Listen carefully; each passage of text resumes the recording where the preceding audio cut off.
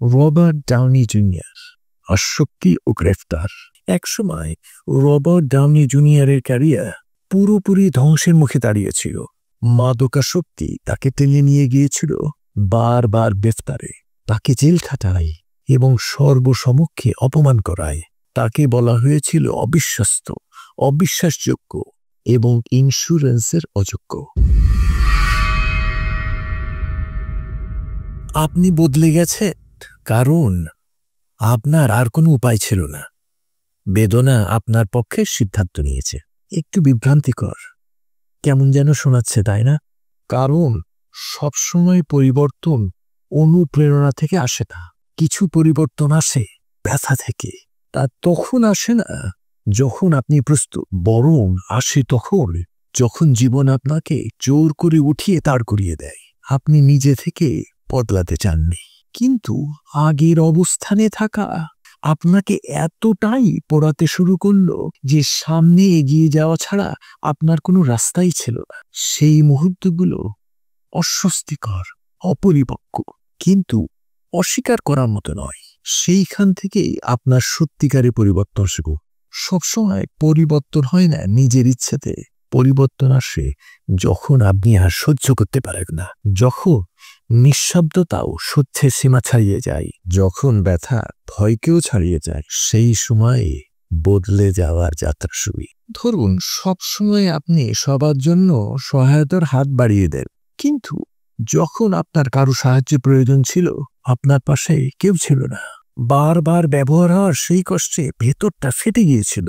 সেই ব্যথা থেকেই আপনি শিখেছিলেন অতিরিক্ত দেয়া বন্ধ করতে আর নিজেকে গুরুত্ব দিতে। যদি এই কথাগুলো আপনার জীবনের প্রতিধ্বনি মনে হয়, তাহলে এই মুহূর্তটা কোনো কাকতালীয় নয়। এটা আপনাকে ফিরিয়ে নেবে আপনার নিজের কাছে।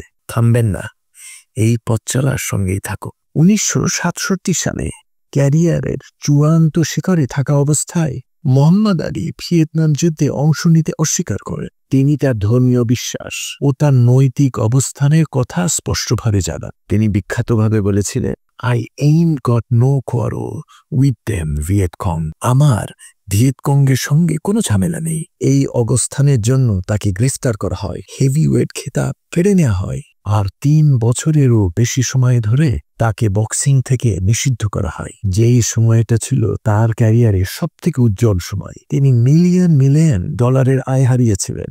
স্পন্সররাও মুখ ফিরিয়ে নিয়েছে। আমেরিকার অন্যতম সমালোচিত ব্যক্তি হয়ে ওঠেন তিনি। তবু আলী তার মূল্যবোধ থেকে এক চুলও নড়েননি। তিনি তার বিবেকের সাথে বেইমানি করেননি।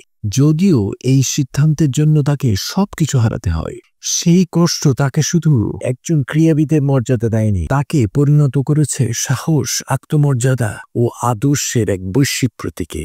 যখন তিনি আবার রিংয়ে ফিরে আসেন, তিনি আর কেবল একজন মুষ্টিযোদ্ধা ছিলেন না। তিনি তখন সেই মানুষ যিনি লড়েছেন তার বিশ্বাসের পক্ষে। পৃথিবী তখন তার শক্তি দেখেছে শুধু তার খুশিতে নয়, বরং তার সত্যের জন্য কষ্ট সহ্য করার ইচ্ছায়। যন্ত্রণা তাকে ভাঙেনি, বরং যন্ত্রণা দিয়ে গড়া হয়েছে তার কিংবদন্তি।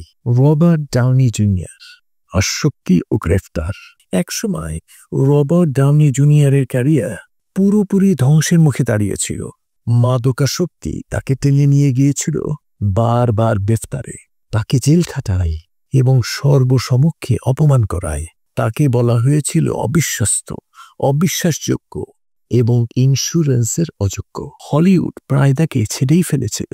তার উপর থেকে প্রত্যাশার আলো নিভে যেতে শুরু করেছিল। কিন্তু একেবারে তলানিতে পৌঁছানোর পর তিনি একটি কঠিন কিন্তু সাহসী সিদ্ধান্ত নেন, নিজেকে নতুন করে গড়ে তোলার। শৃঙ্খলা, থেরাপি আর অদম্য চেষ্টা দিয়ে তিনি ধীরে ধীরে ফিরিয়ে আনেন তার জীবন। তারপর এলো আয়রন ম্যান। যা একসময় মনে হচ্ছিল শেষ, সেটাই পরিণত হলো এক কিংবদন্তি প্রত্যাবর্তনের সূচনায়। তিনি শুধু তার ক্যারিয়ারকে ফিরিয়ে আনেননি, তিনি সেটিকে নতুন করে সংজ্ঞায়িত করেছেন। রবার্ট ডাউনি জুনিয়র শুধুমাত্র বেঁচে যাননি, তিনি তার সংগ্রামকে রূপ দিয়েছেন তার পুনর্জন্মের ইট পাথরে। সেই বেদনা ও ব্যর্থতাই হয়েছে তার উন্নতির ভিত্তি। এই গল্প প্রমাণ করে, যত নিচেই পড়ে যান না কেন, সেখান থেকে শুরু হতে পারে এক নতুন ঐতিহ্য। Make it A fruitful day.